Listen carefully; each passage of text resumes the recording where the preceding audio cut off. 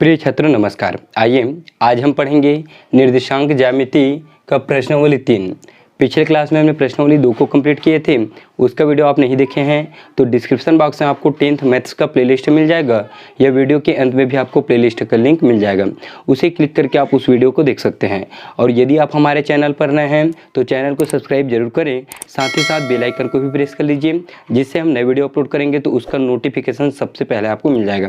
ठीक, तो आइए देखते हैं प्रश्नावली 3 क्या है। तो प्रश्नावली 3 के प्रश्नों को हल करने से पहले हम इसके बारे में जान लेते हैं, इसकी बेसिक को देख लेते हैं। तो हम इसमें पढ़ेंगे ढाल से संबंधित। ठीक, क्या पढ़ेंगे? ये चित्र प्रश्नावली के लिए है, इसमें का 2 क्वेश्चन मैं लिख के रखा हूँ अभी। पहले मैं आपको इसका बेसिक बताऊंगा, फार्मूला बताऊंगा, फिर प्रश्न को हम हल करेंगे। तो मान लीजिए ये हम ले लेते हैं y अक्ष और ये ले लेते हैं हम x अक्ष, और यहाँ पे हम एक रेखा ले लेते हैं इस तरह से a और ये ले लेते हैं b। तो a के निर्देशांक है x1 और ये y1, इसी तरह b का निर्देशांक है x2 और ये y2। ठीक, अब ध्यान दीजिए, ढाल को आप भली भांति जानते होंगे। कैसे? जब हम साइकिल चलाते हैं रास्ते पे अर्थात रोड पे, तो रोड क्या होता है, कहीं पे नीचे रहता है, कहीं पे ऐसे चढ़ाव रहता है। तो जो नीचे रहता है इस तरह से, उसे हम कहते हैं ढाल। क्या कहते हैं? ढाल अर्थात स्लोप। तो वहाँ पे साइकिल की गति क्या होती है? साइकिल अधिक गति से वहाँ पे चलने लगता है। तो इसी प्रकार हम यहाँ पे ढाल देखेंगे, ये है रेखा की ढाल। ठीक, तो ढाल के लिए सूत्र क्या होता है? देखिए, ढाल को हम प्रवणता भी कहते हैं। क्या कहते हैं? प्रवणता। तो इसके लिए सूत्र होगा ढाल या प्रवणता, ढाल या प्रवणता।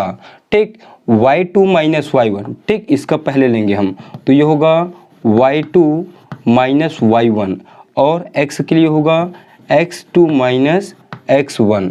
ये है ढाल के लिए सूत्र। ढाल को हम प्रवणता भी कहते हैं। इसे नोटेशन फॉर्म अर्थात m से प्रदर्शित करते हैं।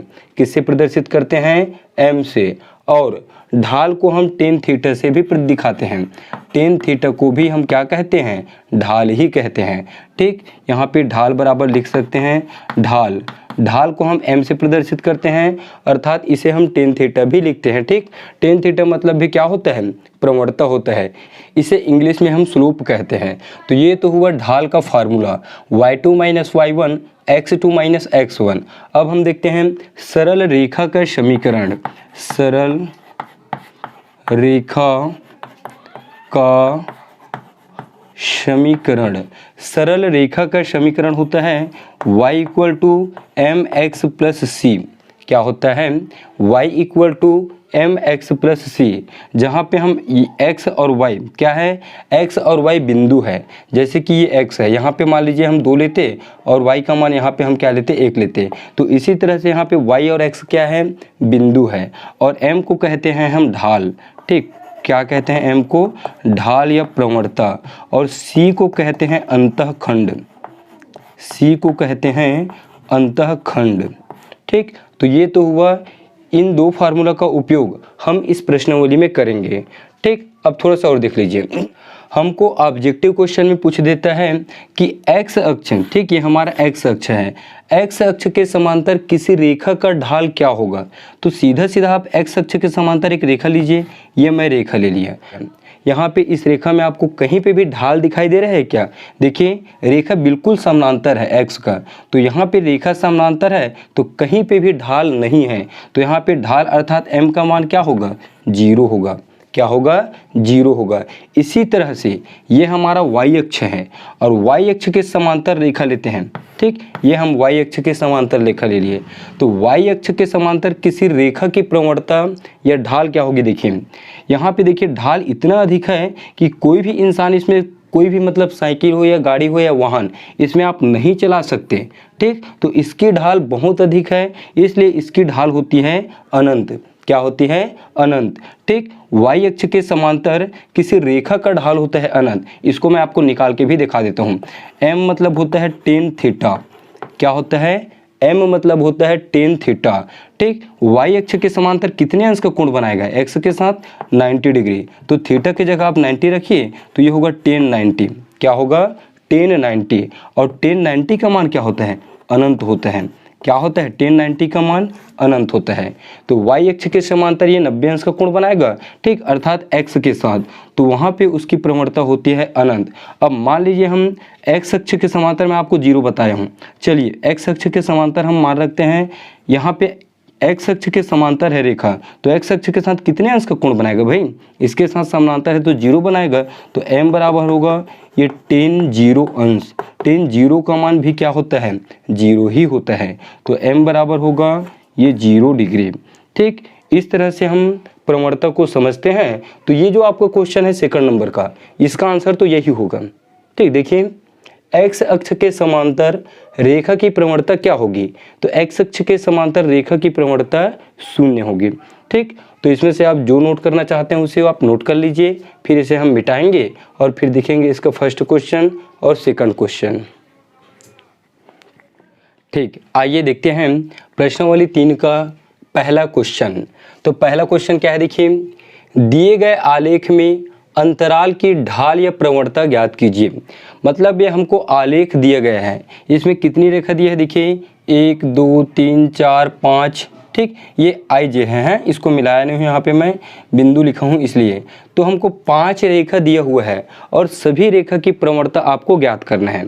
ठीक, सभी रेखा की प्रवणता हमें ज्ञात करनी है। तो चलिए मैं 1-2 रेखा की प्रवणता निकाल के आपको दिखा देता हूँ और बाकी को आप खुद से सॉल्व करेंगे।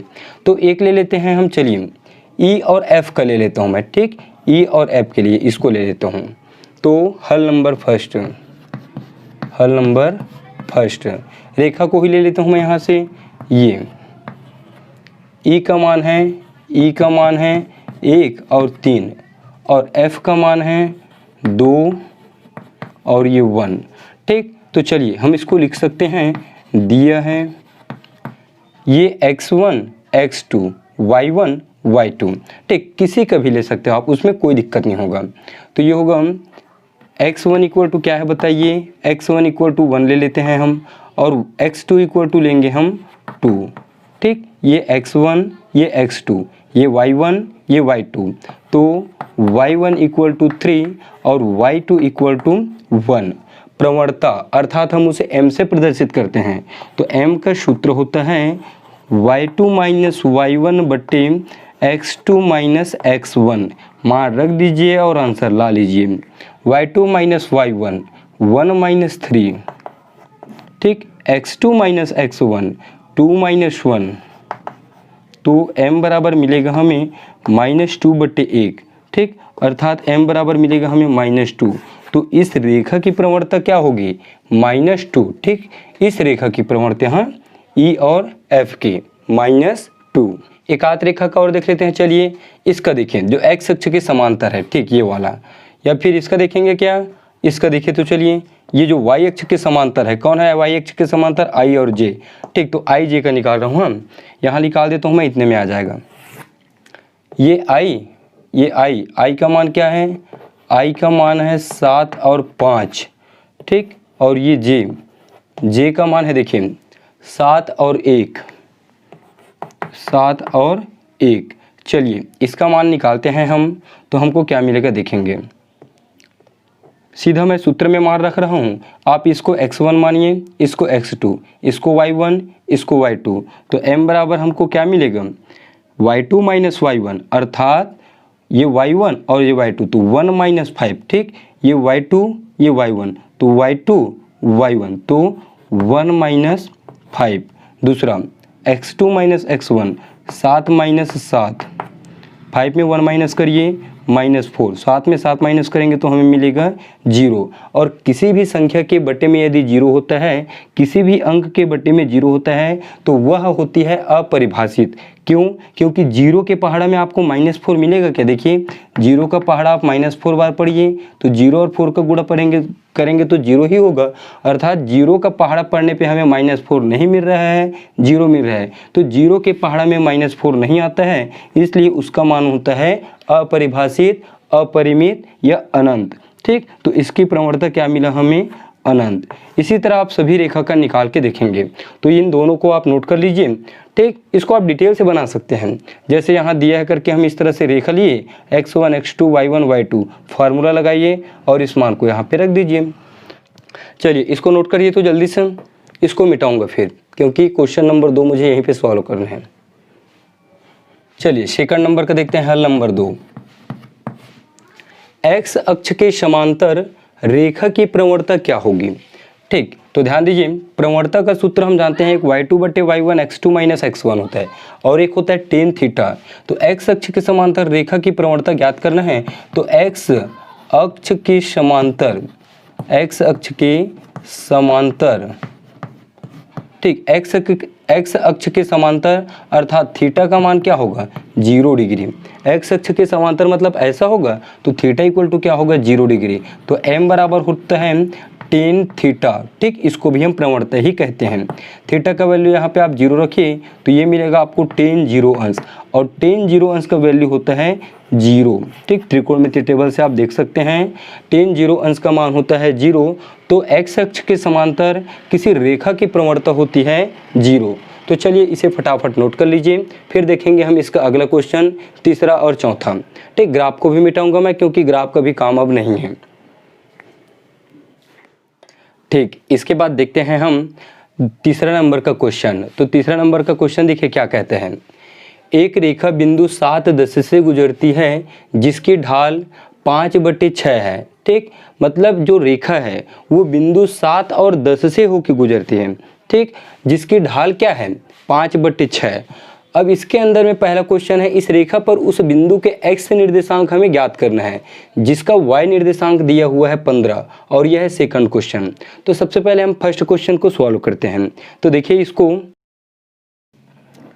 हल नंबर तीसरा का फर्स्ट है, तीसरा का फर्स्ट। तो रेखा पर स्थित बिंदु क्या है? 7 और 10। ठीक, तो दिया है, ठीक, रेखा पर स्थित बिंदु क्या है? 7 और 10 है। तो 7 और 10 के साथ हम बिंदु को मान लेते हैं ए। जैसे ग्राफ में हमको ABCD दिया रहता है तो इसको लिए दिया है ए, मतलब ये 7 और 10। ठीक, तथा दूसरा देखिए, ठीक, ये प्रवणता है, इसको बाद में लिखेंगे। तथा उस बिंदु के x निर्देशांक ज्ञात कीजिए। हमको ज्ञात करना है x निर्देशांक, तो उसको हम क्या मान लेते हैं? b मान लेते हैं। ठीक, x निर्देशांक ज्ञात करना है और y निर्देशांक दिया हुआ है हमें 15। क्या दिया है? 15। और प्रवणता क्या दिया है? प्रवणता, ठीक, ढाल को ही प्रवणता कहते हैं। प्रवणता दिया हुआ है हमें 5/6। ये है इसकी प्रवणता। अब ध्यान दीजिए, प्रवणता का सूत्र हम जानते हैं, क्या होता है? ये होता है y2 - y1 और x2 - x1 इक्वल टू 5/6। ठीक, इसको आप x1 मानिए, ये x2, ये y1, ये y2।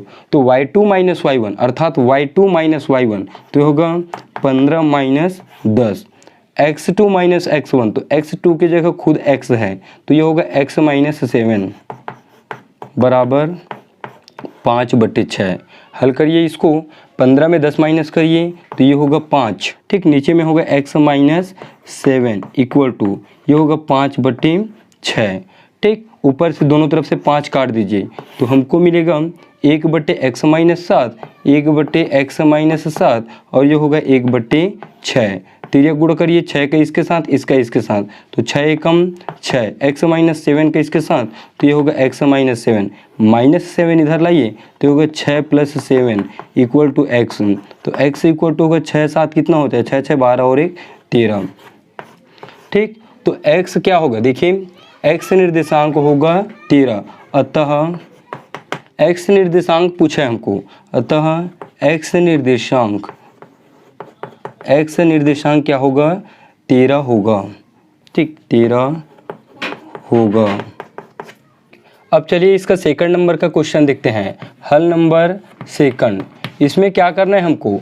y निर्देशांक -3 दिया है। तो चलिए ठीक सेम लिख लेते हैं। दिया है a का मान, a के बिंदु 7 और 10। ठीक, ये है b। यहाँ पे x का मान, हमें x का मान क्या होगा बोल रहा है, मतलब इसमें भी सेम हमको ऐसे ही हल करना है। तो x और ये y का मान होगा -3, सेम ऐसा ही हल होगा। हाँ, चलिए देखिए, तो प्रवणता का हमको क्या दिया है? प्रवणता इक्वल टू हमको इसी को ही मानेंगे 5/6 को। सूत्र होता है y2 minus y1 x2 minus x1। तो y2 माइनस y1, y2 होगा -3, y1 होगा 10, तो ये होगा -3 माइनस 10, x2 माइनस x1। ठीक, x2 की जगह ये x ही होगा और x1 की जगह होगा ये 7 और ये 5/6। 10 और 3 कितना होता है -13, x माइनस 7 इक्वल टू 5/6। तिर्यक गुणा करिए, इसका इसके साथ, इसका इसके साथ, तो 13 का 6 के साथ होगा तो 13 छक्के 78। ठीक, 13 छक्के 78 और ये होगा 5 के इसके साथ 5x माइनस 7, ये होगा -78 और ये 5x और 5 सत्ते 35, 35 पक्षांतर करके इधर लाइए तो ये होगा -78 प्लस 35 इक्वल टू 5x। ठीक, 78 में 35 माइनस करिए, 8 में 5 माइनस करेंगे तो ये होगा 3, 7 में 3 माइनस करेंगे तो ये होगा 4, बड़ी संख्या माइनस है तो माइनस इक्वल टू 5x। तो x से बराबर क्या होगा 5 बटे में आएगा -43/5। तो x से बराबर क्या होगा, काटिए इसको, 5 अट्ठे 40, बचेगा 3 तो दशमलव। ठीक, तो 30 बनेगा और 5 छक्के 30, तो -8.6 होगा x का निर्देशांक। क्या होगा -8.6। तो इसे आप नोट कर लीजिए। फिर इसके बाद हम देखेंगे नेक्स्ट क्वेश्चन चौथा नंबर का। ठीक, इसके बाद देखते हैं हम चौथा नंबर का क्वेश्चन। तो देखिए चौथा क्वेश्चन क्या है, एक रेखा बिंदु 3, 7 व 6, 8 से होकर जाती है तो उस रेखा की प्रवणता ज्ञात करिए। बहुत आसान है। ठीक, हल नंबर चौथा दिया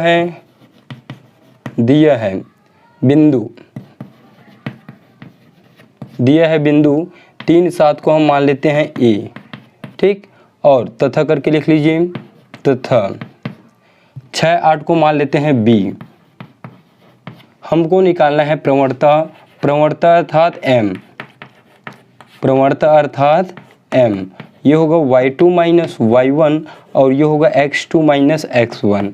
y2 माइनस y1 तो y2 minus y1, x2 minus x1, y2 है 8, y1 है 7, तो ये 8 माइनस 7, x2 है 6, x1 है 3, तो ये 6 माइनस 3, तो ये होगा 1/3। 8 में 7 माइनस करिए 1, 6 में 3 माइनस करिए 3, ये होगा इसका आंसर। ठीक, बहुत ही आसान है ये क्वेश्चन। 5वां नंबर का क्वेश्चन देखिए, 5वां नंबर का क्वेश्चन IMP है, पेपर में पूछे जाते हैं ये क्वेश्चन।